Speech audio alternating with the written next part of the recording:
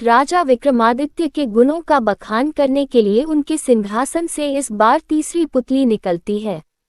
वह राजा भोज को विक्रमादित्य की भाग्य और पुरुषार्थ की कहानी सुनाती है, जो इस प्रकार है। एक बार भाग्य और पुरुषार्थ के बीच इस बात को लेकर बहस हुई कि उन दोनों में से सबसे बड़ा कौन है। भाग्य ने कहा कि हर किसी को जो भी मिलता है वह भाग्य से ही मिलता है। ये सुनकर पुरुषार्थ कहने लगा कि बिना मेहनत किए कुछ भी हासिल नहीं होता है। दोनों के बीच कई दिनों तक इस बात पर बहस होती रही। देखते ही देखते बात इतनी बढ़ गई कि दोनों ने इसके समाधान के लिए देवताओं के राजा इंद्र के पास जाने की ठान ली। दोनों इंद्रदेव के पास पहुंचकर इस सवाल का जवाब मांगने लगे, लेकिन मामला गंभीर होने की वजह से देवराज को भी कुछ समझ नहीं आया। फिर देवराज इंद्र ने उन दोनों को राजा विक्रमादित्य के पास जाने की सलाह दी। उन्होंने कहा कि राजा ही इस बात का जवाब दे सकते हैं कि आप दोनों में से कौन सबसे बड़ा है। इतना सुनते ही भाग्य और पुरुषार्थ तुरंत मानव भेष में विक्रमादित्य के पास पहुंच गए। राजा के दरबार पहुंचकर भाग्य और पुरुषार्थ ने अपने झगड़े की वजह उन्हें बताई। उस वक्त विक्रमादित्य को भी इसका कोई उचित जवाब नहीं सूझा। तब राजा ने दोनों से 6 महीने का समय मांगा। इस दौरान भाग्य और पुरुषार्थ के सवाल का उन्हें कोई जवाब समझ नहीं आता। तब राजा सही जवाब की तलाश में अपने राज्य में जनता के बीच सामान्य नागरिक का भेष बनाकर घूमने लगते हैं। राजा को काफी कोशिश के बाद भी अपने राज्य में इस बात का सही जवाब नहीं मिलता। फिर राजा भेष बदलकर दूसरे राज्य में जाने का फैसला लेते हैं। ऐसा करते करते राजा कई राज्य पहुंच जाते हैं, लेकिन उन्हें जवाब नहीं मिलता। इस दौरान राजा एक व्यापारी के पास जाकर काम मांगते हैं और कहते हैं कि वो ऐसे काम कर सकते हैं जो कोई अन्य नहीं कर सकता। कुछ दिन बाद व्यापारी बाहर काम के लिए राजा विक्रमादित्य के साथ जहाज से जाता है। कुछ दूर जाते ही अचानक तेज तूफान आने लगता है और जहाज एक टापू के पास फंस जाता है। तूफान थमने के बाद जहाज को टापू से बाहर निकालने के लिए लोहे का कांटा उठाना होता है। व्यापारी ने राजा को उसे उठाने के लिए कहा।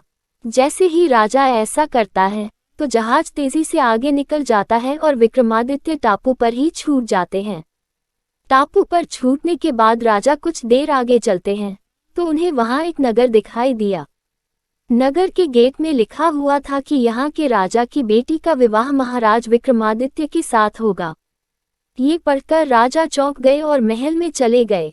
वहां पहुंचते ही उनकी मुलाकात राजकुमारी से होती है। कुछ दिनों के बाद दोनों की शादी हो जाती है। महल में कुछ दिन बिताने के बाद राजा विक्रमादित्य अपनी पत्नी व राज्य की राजकुमारी को लेकर अपने राज्य की ओर निकल जाते हैं। रास्ते में राजा की भेंट एक सन्यासी से होती है। वह सन्यासी चमत्कारी माला व एक छड़ी राजा को देता है। सन्यासी ने राजा को बताया कि इस माला को पहनने पर व्यक्ति अदृश्य हो जाता है और छड़ी से सोने से पहले जो भी मांगा जाए वो मिल जाता है। राजा सन्यासी को उपहार के लिए धन्यवाद कहते हैं और आगे बढ़ जाते हैं।